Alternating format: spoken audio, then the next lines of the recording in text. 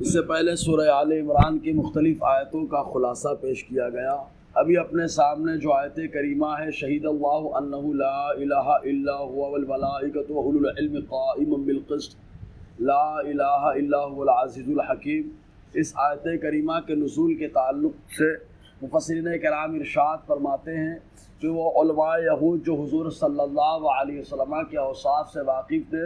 اور حضور صلی اللہ علیہ وسلم کے بارے میں لوگوں کو بتایا کرتے تھے کہ آپ کی ولادت کہاں ہوگی، آپ ہجرت کر کے کہاں پر آئیں گے،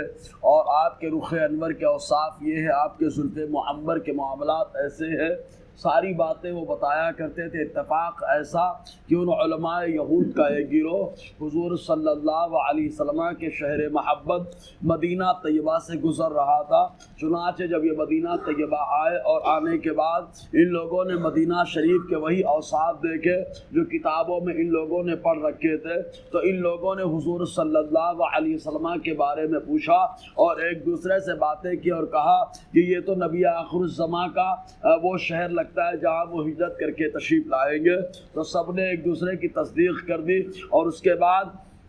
حضور صلی اللہ علیہ وسلم کی بارگاہ میں آئے اور جیسے حضور صلی اللہ علیہ وسلم کے چہرے کو دیکھا فوراً ایک دوسرے کی طرف اشارہ کر کے گفتگو کرنے لگے اور کہنے لگے یہی نبی آخر الزماں ہے۔ چنانچہ سب نے ایک زبان کہا نبی آخر الزماں کے جو اوصاف ہم نے کتابوں میں پڑھ رکھے ہیں وہ سارے اوصاف ان کے اندر پائے جاتے ہیں۔ چنانچہ ان لوگوں نے حضور صلی اللہ علیہ وسلم سے پہلے پوچھا یہ بتائیے کیا آپ کا نام محمد صلی اللہ علیہ وسلم ہے؟ حضور صلی اللہ علیہ وسلم نے فرمایا ہاں میرا نام محمد ہے۔ پھر ان لوگوں نے پوچھا کیا آپ کا نام احمد ہے؟ حضور صلی اللہ علیہ وسلم نے فرمایا ہاں میرا نام احمد ہے۔ اس کے بعد ان لوگوں نے کہا اگر آپ کو برا نہ لگے تو ایک سوال کرے اور اس سوال کے بعد ہم بہت بڑا فیصلہ کرنے والے ہیں۔ حضور صلی اللہ علیہ وسلم مسکرائے اور مسکرا کر ارشاد فرمایا کیا سوال ہے تمہارا، کر سکتے ہو۔ چنانچہ ان لوگوں نے پوچھا یہ بتائیے آپ کی کتاب کے اندر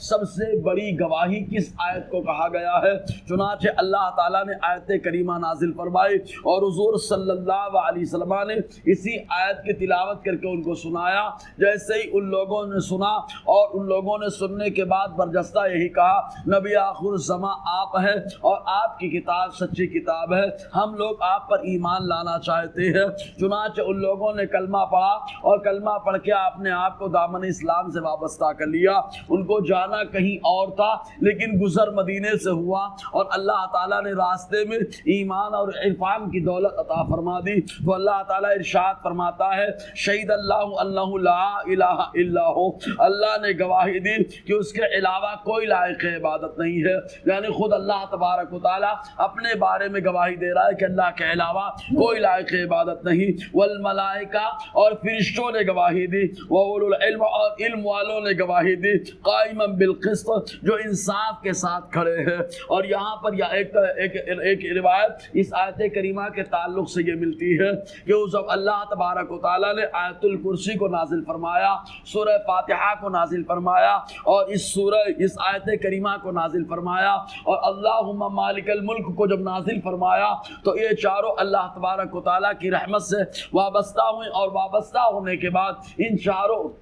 نے رب کی بارگاہ میں کہا پروردگار عالم ایسی قوم پہ تو نازل فرما رہا ہے جو مسلسل تیری نافرمانی کریں گی اور تیرے فرمان کے خلاف کام کریں گی، ایسی قوم کے درمیان ہم کو تو اتار رہا ہے۔ تو اللہ تبارک و تعالیٰ ارشاد فرماتا ہے وہ گناہ تو کریں گے لیکن جب جب نماز پڑھیں گے اور تمہاری تلاوت کر لیں گے ہم ان کے سارے گناہوں کو معاف فرما دیں گے۔ چنانچہ آیت الکرسی کا یہی مطلب ہے۔ آقا علیہ السلام نے خود ارشاد فرمایا کہ جو بندہ نماز پڑھتا ہے اور نماز پڑھنے کے بعد آیت الکرسی پڑھتا ہے تو جنت اور اس کے درمیان خالی موت حائل ہوتی ہے، یعنی آیت الکرسی پڑھنے والا روح نکلتے ہی جنت کی سیر کرتا ہے۔ اور اس آیت کریمہ کے تعلق سے ایک روایت یہ بھی ملتی ہے کہ جو بندہ سو جائے اور سوتے وقت جو ہے اس آیت کریمہ کو ایک بار پڑھ لے اور پڑھنے کے بعد رب کی بارگاہ میں امانت کے طور پر پیش کر دے تو اللہ تبارک و تعالی 70,000 فرشتوں کو اس کی بخشش بخشش کے لیے مقرر فرما دیتا ہے، جو مسلسل اس کے لیے بخشش کی دعائیں کرتے رہتے ہیں، تو اللہ تعالیٰ فرماتا ہے اللہ نے گواہی دی اس کے علاوہ کوئی لائق عبادت نہیں ہے، اور فرشتوں نے گواہی دی، وہ علم اور علم والوں نے گواہی دی، قائما بالقسط، جو انصاف کے ساتھ کھڑے ہیں، لا الہ الا هو العزیز الحکیم، اس کے علاوہ کوئی لائق عبادت نہیں، العزیز جو غالب ہے، الحکیم جو حکمت والا ہے۔ اس کے بعد اسلام کے تعلق سے کہ اللہ تعالیٰ کی بارگاہ میں کون سا دین مقدس دین ہے، اس کے تعلق سے گفتگو رہے گی۔ اللہ تعالیٰ ہم سب کو فیضان قرآن، برکات قرآن سے مالا مال فرمائے۔